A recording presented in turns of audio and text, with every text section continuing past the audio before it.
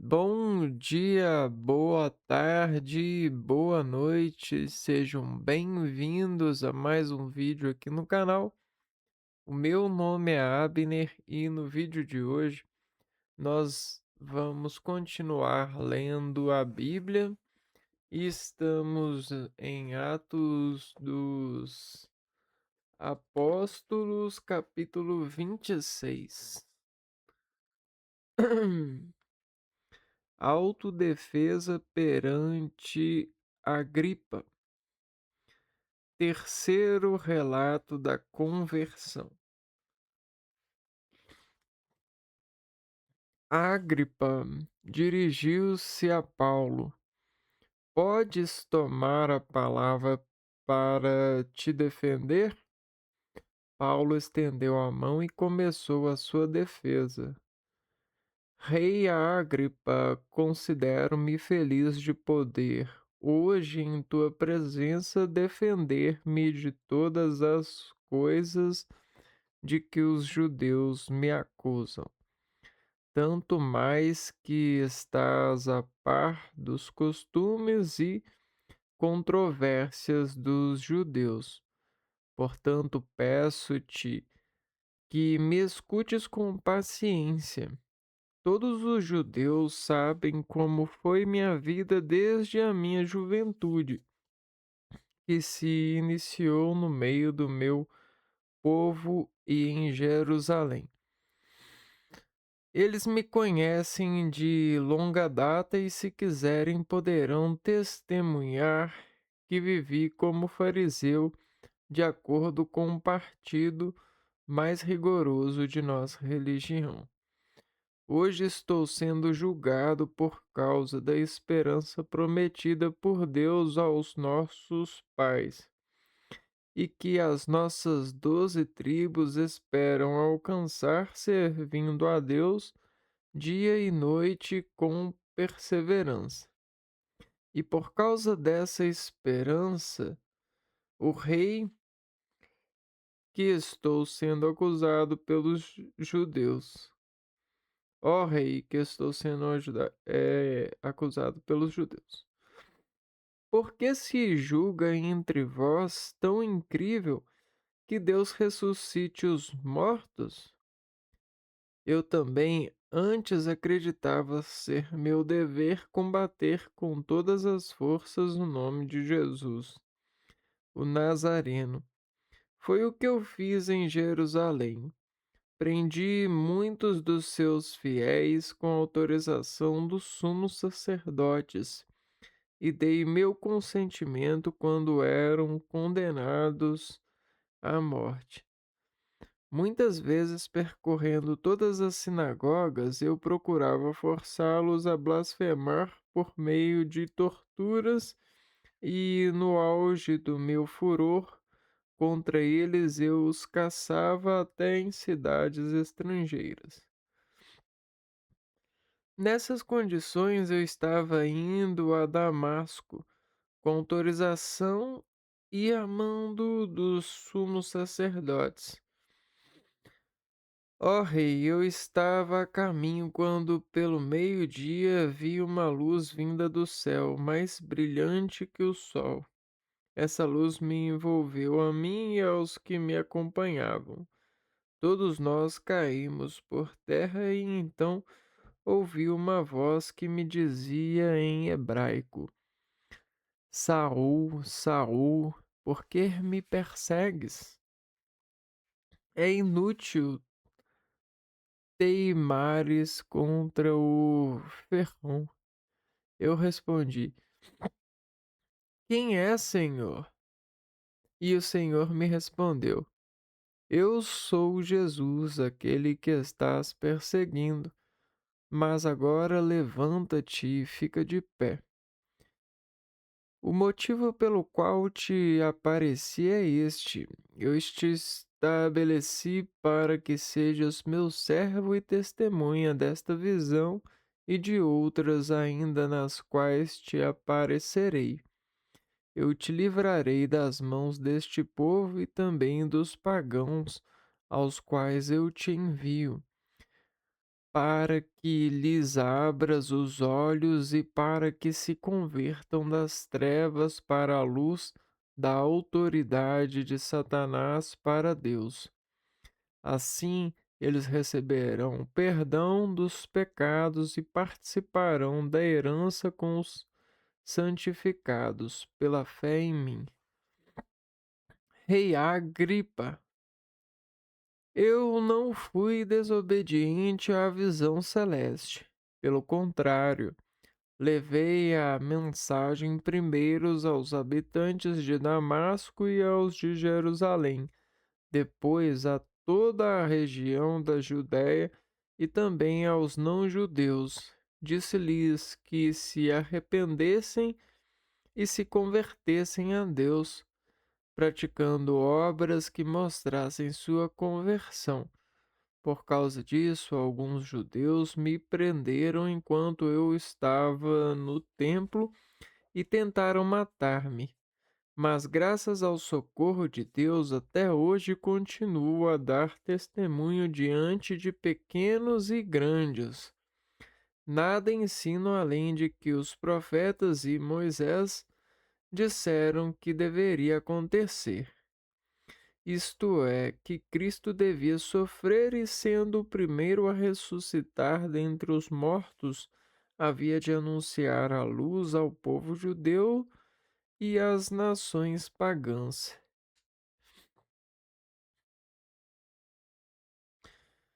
Paulo convida Agripa para a fé. Paulo assim falava em sua defesa quando Festo o interrompeu em alta voz. Estás ficando louco, Paulo? Teu muito estudo te fez enlouquecer. Mas Paulo respondeu: Não estou ficando louco, excelentíssimo Festo. Estou falando palavras verdadeiras e sensatas. O próprio rei a quem me estou dirigindo com toda a franqueza, certamente está a par dessas coisas. Acredito que nada disso lhe seja desconhecido, pois essas coisas não aconteceram num lugar distante. Rei Agripa, acreditas nos profetas? Eu sei que acreditas. Então a Agripa disse a Paulo: Ainda um pouco e me convences a tornar-me cristão. Paulo respondeu: Ainda um pouco ou ainda muito? Quisera Deus que não somente tu, mas todos os que me escutam hoje se tornem como eu, com exceção destas correntes. O rei se levantou e com ele o governador Berenice e todos os que participaram da sessão.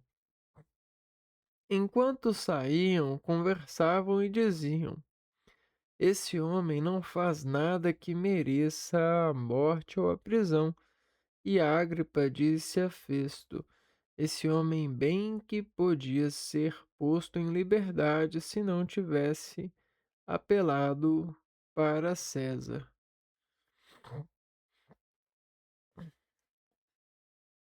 Bom, aqui a gente tem, né, nesse capítulo 26 de Atos dos Apóstolos, a gente reconhece ahn, um relacionamento ahn, assumido por um escolhido, né? Então, quando a gente é dado, escolhido, veja bem, se você tem uma árvore e ela está dando frutos, e nesses frutos que vão dar, você os selecionará.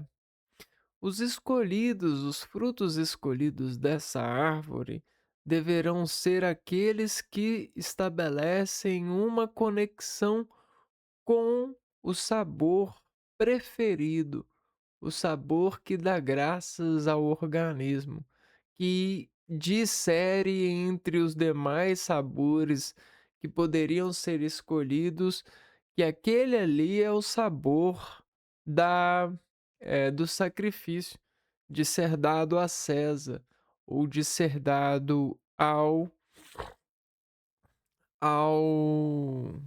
ao altar no sentido de ser levado à boca, de ser ingerido. Colocando esse fruto como uma vida, ou como uma mensagem para a vida, eu vou dizer uma coisa e essa coisa ela é muito séria. Não são todos os ouvidos que escutam e nem são todos os olhos que veem. Porque quando a gente decide se converter ao cristianismo, acredite ou não, é pelo bem da comunhão para que todos possam ter a vida plenamente. E essa vida plenamente significa escutar plenamente, ver plenamente.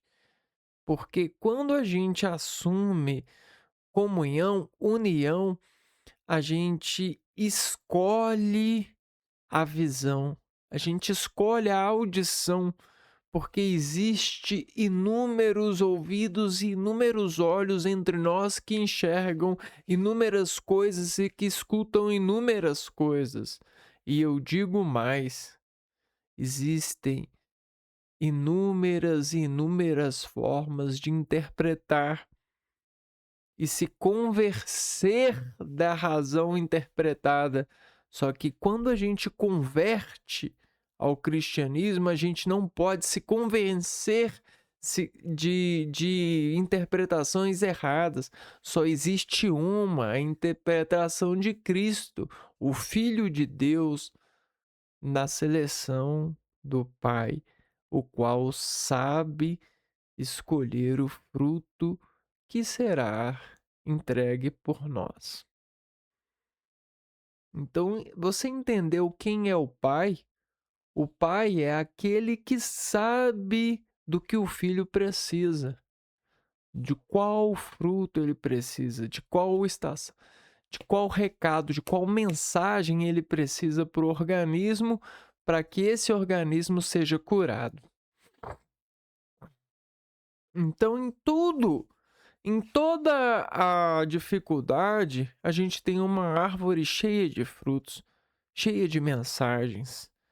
Em toda e qualquer obstáculo, dificuldade, burocracia, a gente tem uma árvore, um sêmen ali que cresceu e deu a vida e multiplicou os seus frutos em mensagens para dar em aproveito para nós, como um pão entregue aos seus discípulos, como uma mensagem de Deus entregue para os seus fiéis.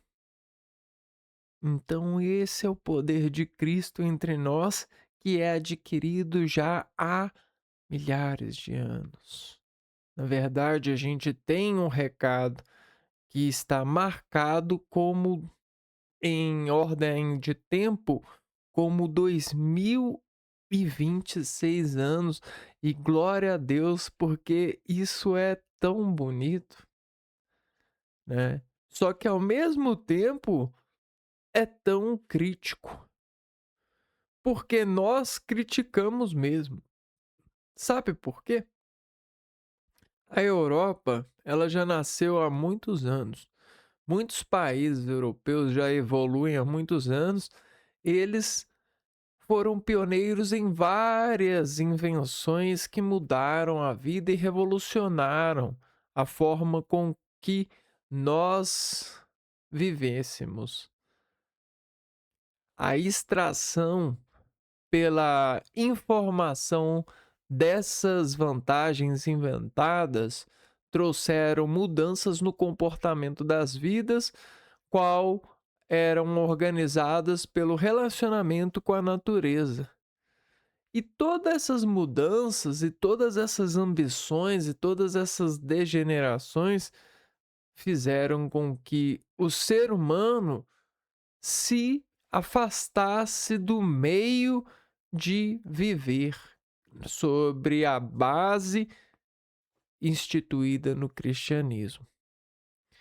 Esse afastamento, esse desvio do padrão, fez com que a gente encontrasse muitas maravilhas, recordes, hã, informações e, de alguma forma, a gente tenta aproveitar o lado bom disso. Só que, acredite ou não, seria melhor que esse fosse algo que é dado a todos.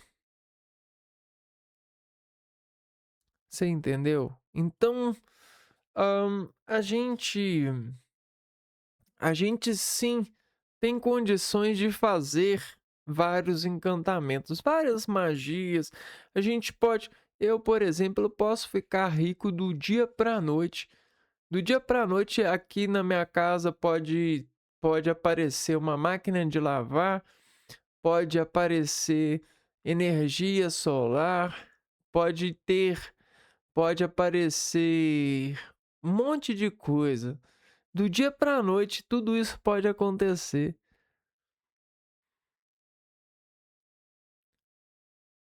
Nós temos poder para isso. Eu posso fazer uma pista de skate, montar um negócio aqui que eu posso fazer um monte de coisa. Temos poderes para isso. Mas isso não é o padrão, isso não é um meio. Existe um meio no cristianismo que é você seguir os passos do Pai. E o Pai organizou passos para nós, e esses passos estão sendo dados pela organização que a gente chama de governo. E aí a gente passa por uma escola, a gente é escolhido a partir da trajetória da escola sobre os julgamentos daqueles profissionais que ordenadamente acessam a nossa intelectualidade, nossos conhecimentos e utilizam dessa acessibilidade para nos dar algum direcionamento e somos direcionados e seguimos e às vezes criticamos o estado da coisa e a gente procura outros meios além desses segmentos e aí a gente aprende, segue e aí a gente vai conquistando alguma coisa. Mas acontece que nessa vida a gente tem várias falácias.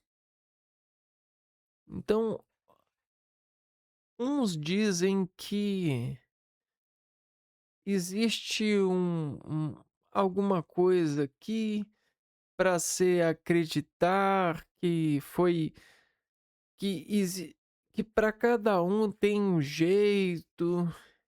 Tem gente que fala que se não conseguiu é por causa de Deus, tem um que fala que se não conseguiu é porque não fez o bastante, não insistiu bastante. Tem gente que não que diz que faltou, um uma sorte a mais, né, faltou conhecer pessoas do meio para receber a gratificação, né, ou seja, ser facilitado para ganhar as coisas. Tem gente que fala que faltou ir na missa. Tem gente que fala que faltou seguir as coisas direitinho, mas eu não acredito em nada disso. Por mais que exista esse sistema, existe, hã, existe uma adequação que é imposta por um poder de, eh, estabelecimentos. E todos os estabelecimentos, eles ao longo do tempo são julgados. Olha, não tem ninguém mais poderoso do que o tempo que, em nome de Deus, passa e media tudo. Então, tudo é julgado pelo tempo. Então, eu sou julgado acima de tudo dos anjos, né, ou das pessoas em santidade com poderes governamentais, eu sou julgado pelo tempo. O tempo dirá o quão eu estava e o quanto eu estou. E assim é com as empresas, com os estabelecimentos que utilizam da fonte de recursos humanos para se manterem. Não acredite no dizer que é um dono. Não existe ninguém dono de nada. Somos uma comunidade onde extraímos pela sabedoria, pela arte de Cristo, né, sobre a familiarização e a organização social desse quadro que dispõe em família uma uma iniciativa para renascer em uma família que é grande, que é o céu. Então a gente vai para o céu, ou a gente vai para a sociedade. A partir quando a gente sai da nossa família, morre da nossa família e a gente renasce na família social, onde todos são irmãozinhos e irmãzinhas. Esse é o mistério da fé, onde a gente pode ter certeza que os recursos humanos são para a vida ilimitadamente. Então, todos os animais têm todos os recursos que eles precisam para sobreviver, assim como todos os animais. Nós, seres vivos, somos animais, precisamos de ânimos para continuar vivendo. E em sociedade, em família, em céu, precisamos de energia, de conhecimento, para conhecer os irmãos e as irmãs e transformarmos em um, né? Nessa constatação. Só que ainda existe muita carência e muita força de argumentação para carência. Acontece que esses argumentos eles são infernívoros, né? Eles vêm de uma força do mal. Então, por que que eu não consegui o emprego adequado se eu estudei tanto para isso? Para ganhar um salário de homem e ter uma esposa, uma mulher, ou cogitar ter pelo salário, pelo meio em que eu sou acessível, em que Deus me deu a graça, né, de viver e que meus irmãos e minhas irmãs me deram a acessibilidade. Por que eu não tenho isso?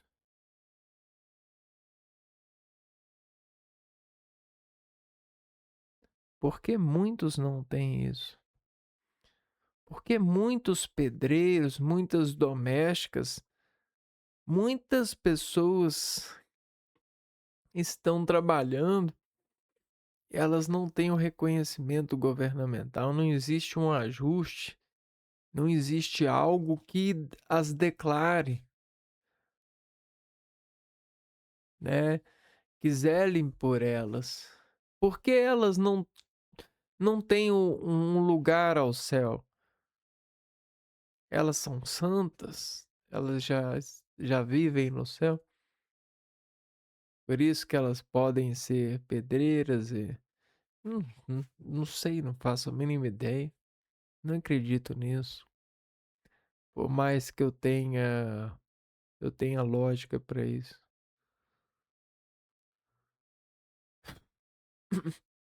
Bom,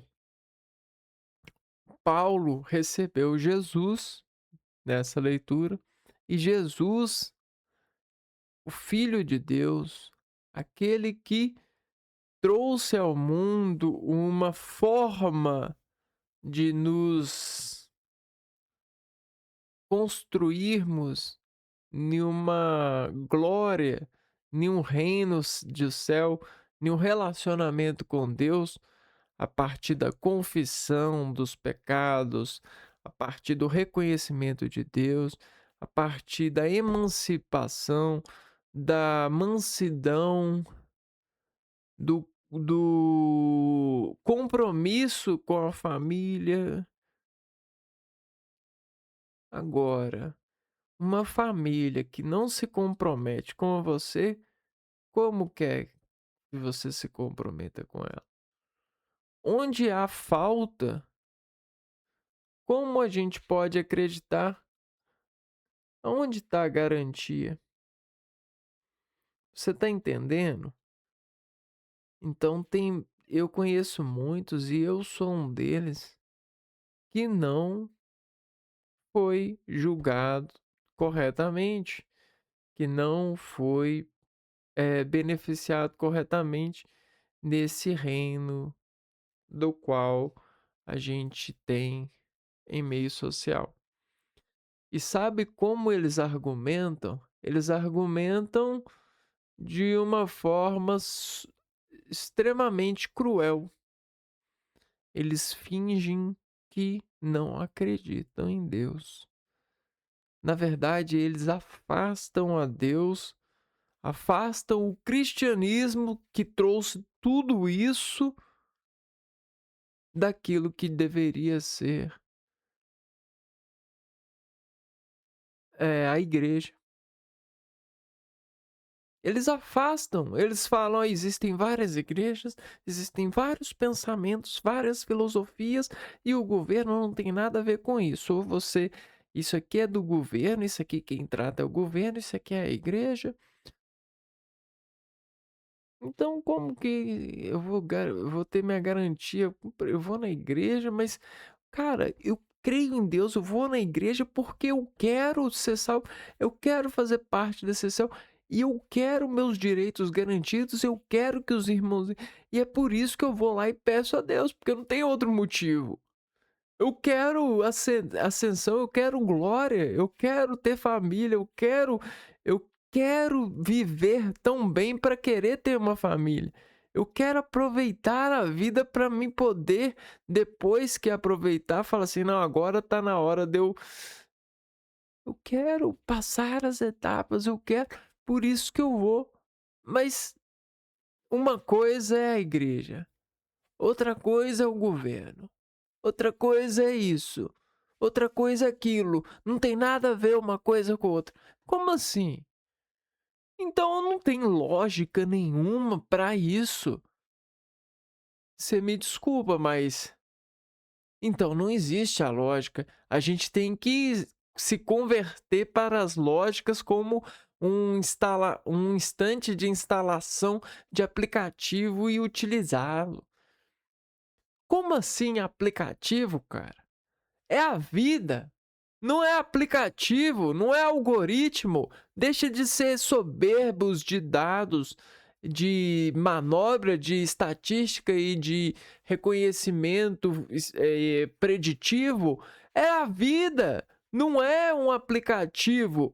Não é uma mera poesia, não é um mero caminho onde você entra e sai soldado, onde você entra e sai redondo, você entra quadrado e sai redondo. Não é uma máquina, não é uma fábrica, é a vida.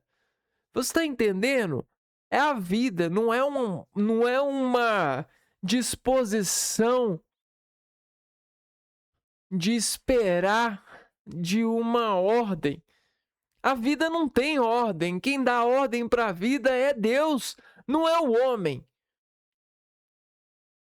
Que saco! É Deus, é Jesus que dá a ordem, que diz salvar, né? Não foi um exército que falou: "Não, esquece o que Jesus falar, o exército vai fazer". Não, o que Jesus falou, tá falado. Não tem exército contra isso. A palavra de Deus é plena, não existe exército. Então, tudo que o homem fazer em forma de exército contra Deus vai cair. Não tem como. Vai cair. Pode esperar o tempo vai mostrar vocês vão cair. Igrejas destituídas de governos, cada um com a sua ciência, cada um com a sua lógica, com os seus aplicativos, com as suas estatísticas, com os seus dados, com as suas certezas, vão cair, porque a vida não é assim.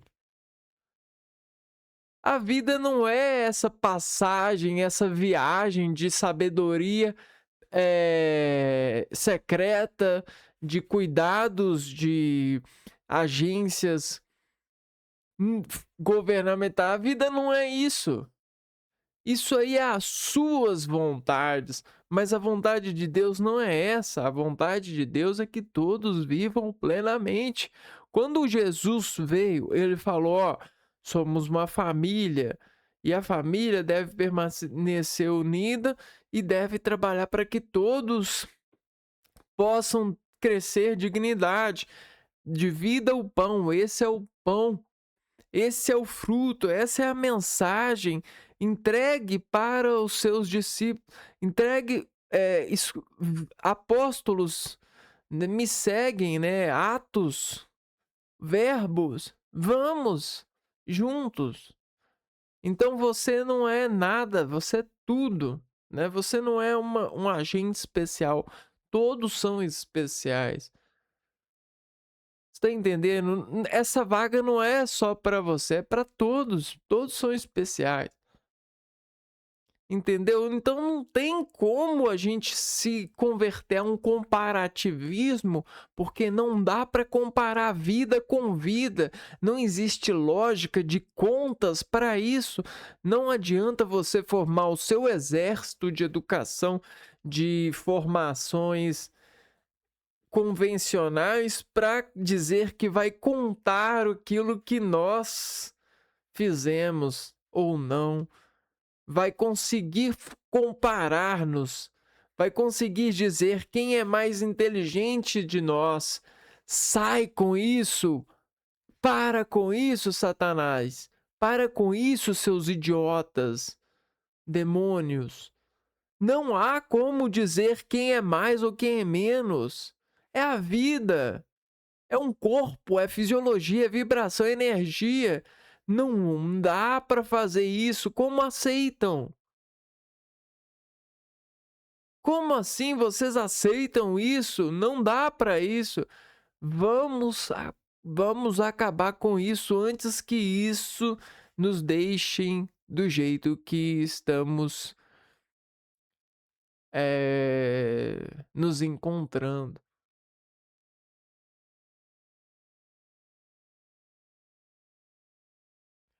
Vamos acabar com isso antes que a gente se perca aquilo que Jesus tanto lutou para que as próximas gerações eh, não se destoem, né, daquilo que a gente ou que Jesus lutou e que muitos lutaram. Só que, infelizmente, a as tecnologias, elas vêm segregando as pessoas. Elas vêm colocando as pessoas em mudanças de eh, estabilidade. Essas mudanças, às vezes, nos trazem para momentos de dificuldade de valor, né? Você vê, os valores, eles não devem ser, hã, contados, né? porque a gente não deve utilizar isso, a luz, para mostrar as debilidades dos outros. E é isso que as pessoas fazem. A gente deve usar a luz para ajudar as pessoas a ver o caminho e não a mostrar que e não para mostrar que a pessoa merece menos porque é isso e aquilo, por causa da luz que a pessoa domina. Não, a luz não é um instrumento para derrubar as pessoas, para contar que as pessoas devem merecer menos do que as outras. Não façam isso. A luz não foi feita para isso.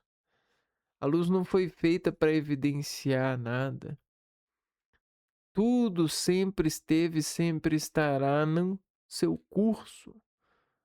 A luz foi feita para nós nos amarmos, nos encontrarmos, e não para provarmos que somos melhores do que os outros. Não foi para isso que a luz foi feita. A luz não alimenta, nos alimenta assim. Quem procura esse alimento é o ladrão. É o ladrão que utiliza a luz para converter um exército, uma sociedade, declarando que um é pior do que o outro, que um é menos valorizado do que o outro e deve ser, porque aquilo é mais importante do que o outro. Quem é você sobre a luz para dizer isso? É mentira. Então foi isso que Paulo tentou converter o rei. Se o rei fosse convertido e todos os que ouviram direito, né? Porque tem muitas pessoas que têm ouvido e olhos, mas não olham com função de conversão.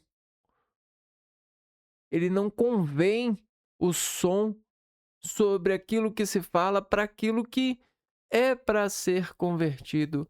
Ele escuta e só escuta aquilo que ele quer escutar. Ele olha, mas ele só vê aquilo que ele quer ver. E esse é o problema. Se o rei só vê aquilo que ele quer ver, só escuta aquilo que ele quer escutar, é um problema. Porque é só a vontade dele que vai predominar. Então imagina só, o dono da empresa de carro, ele Ele só olha com o olho dele, o olho de um vencedor da vida, um superior dos outros, aquele que tem poder de fazer acontecer a produção de carros. E aí ele olha pela sabedoria que ele tem de ser dono da fábrica e todos os dados que ele colheu, e ele só olha por aquilo, aquele filtro, e ele só escuta por aquele filtro, e ele faz tudo em nome daquela fábrica. É o rei que não se converteu, como esse cara aqui. É o pai para o seu empreendimento. Ele não sabe que o seu empreendimento deve ser um filho, deve ser fiel a Deus, segundo o cristianismo. Quando ele perde essa fidelidade ao cristianismo, ele rouba da natureza, das fontes da natureza, e fica com o lucro da manipulação escravocrata, do baixo valor que ele dá para os seus funcionários, ou para disposição de cobrir terras e não permitir que outros as encontrem para o seu enriquecimento, para o seu reinado, o seu feudo. E isso é contrário. É contra Jesus, é contra Deus, é contra nós. mas de alguma forma isso acaba ele acaba nos vencendo com seu exército, pois não estávamos preparados para essa batalha. Então precisamos de pedir ajuda a Deus para vencer esses exércitos que se dizem reinar sobre nós, sobre as nossas vontades. A gente não deveria ter morrer para essa vontade. A vida é muito melhor do que ter um carro e perder a alma, ou perder o ouvido e a visão, só escutar o carro, só ver aquilo que o carro pode dar, entrar nessa associação de carros, defender tudo em nome do carro. Não, não, não foi para isso que a gente veio à vida, para morrer em nome de um carro. Jesus não morreu em nome do carro. Jesus morreu para nos salvar. Ei, papai, não morre para salvar o fabricante de carro, para a indústria de carro. Não morre para isso, não. Morre para nos salvar. O carro não salva a gente. Quem salva a gente é o amor. O médico, se ele não amar a vida, ele não vai curar, ele não vai salvar nenhuma vida. E quantas pessoas morrem diariamente por médicos que não amam a vida, só amam o dinheiro e o status que lhes cabem ali. Aquela imagem de clube, pertencente ao clube de médicos, né? Eh, a carteira médica, né? Eu sou médico. Muitos médicos não amam a vida, não amam a pessoa que pode ter a vida. Eles amam o status. E às vezes não aprendem lá no trabalho a amar. Quanto mais trabalham, mais odeiam, mais se relaxam. Que vergonha!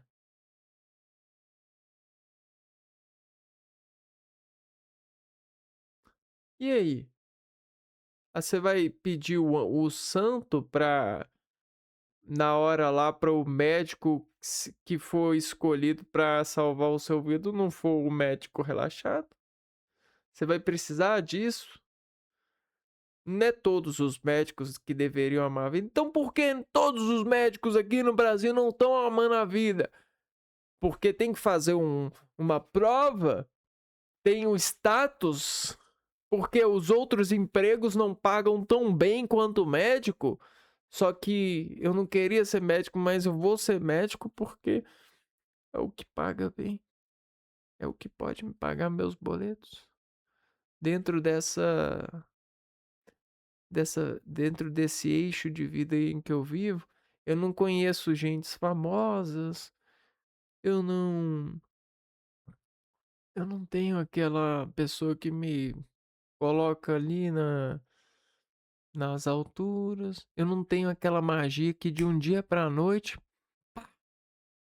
tem tudo aqui na minha casa. Eu vou comprar um carro, eu já vou comprar uma casa do dia para a noite. Eu tenho um emprego que vai me dar mais de 100 mil por mês e de um dia para a noite.